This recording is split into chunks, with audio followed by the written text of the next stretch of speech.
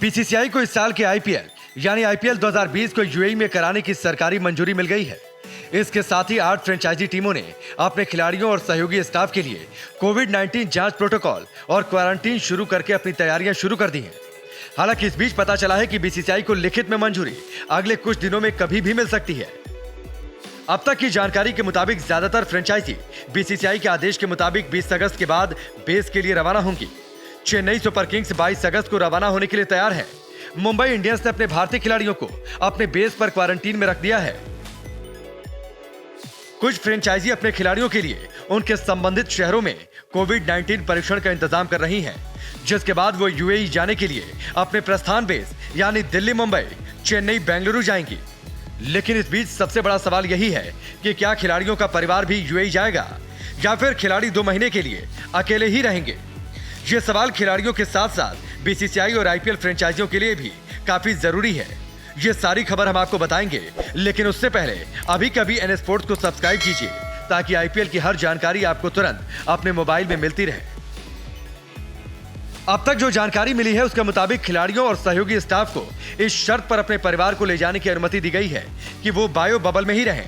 हालांकि पता चला है कि टीम में कुछ खिलाड़ी कड़े क्वारंटीन प्रोटोकॉल में जाने के पक्ष में नहीं है।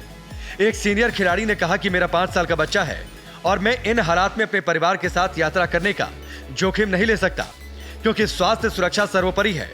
हालांकि कई खिलाड़ी ऐसे हैं जो अपने परिवार को यूएई ले जाना चाहते हैं। आईपीएल टूर्नामेंट है ही ऐसा, हर कोई इसका मजा लेना चाहता है। अभी तक जो जानकारी मिली है उसके अनुसार बीसीसीआई ने कुछ नियम और शर्तें बनाई हैं। इसमें पहला तो यही है कि आईपीएल में बने बायो सिक्योर्ड माहौल में ही परिवार को रहना होगा। बाहर जाने की अनुमति किसी भी सूरत में नहीं मिलेगी। साथ ही खिलाड़ियों के परिवार को टीम की बस में जाने की परमिशन नहीं मिलेगी। खाली स्टैंड का इस्तेमाल ड्रेसिंग रूम के रूप में किया जा सकता है।